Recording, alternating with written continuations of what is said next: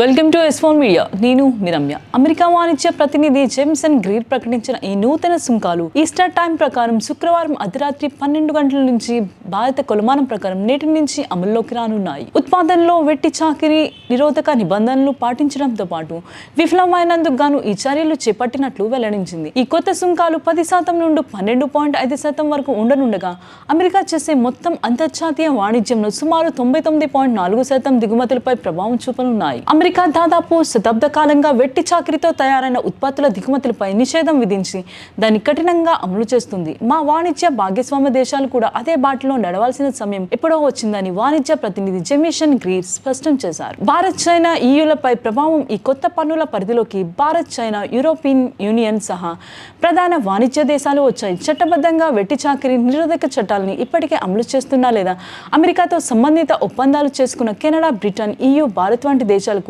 తక్కువగా స్లాబ్ అయిన 10% సుంకం వర్తిస్తుందని అధికారులు వెల్లడించారు. అదే సమయంలో ఇటువంటి నిరోధక చర్యలు కఠినంగా లేని చైనా, జపాన్ వంటి ఇతర 45 దేశాల ఉత్పత్తులపై 12.5% గరిష్ట సుంకం పడనుంది. అయితే ఉక్కు, అల్యూమినియం వంటి ఇదివరకే ప్రత్యేక సుంకాలు ఎదుర్కొంటున్న రంగాలు మరియు US, మెక్సికో, కెనడా స్వేచ్ఛ వాణిజ్య ఒప్పందం నుంచి వచ్చే సరుకులకు ఈ కొత్త సుంకాల నుండి మినహాయింపు లభించింది. న్యాయపరమైన సవాళ్లు తట్టుకునేలా గతంలో ట్రంప్ విధించిన అత్యవసర సుంకాలను ఈ ఏడాది ఫిబ్రవరిలో అమెరికా సుప్రీంకోర్టు కొట్టేసిన సంగతి తెలిసిందే. ఆ తరువాత ప్రభుత్వం మరొక సెక్షన్ 122 కింద 150 రోజుల తాత్కాలిక సుంకం విధించింది.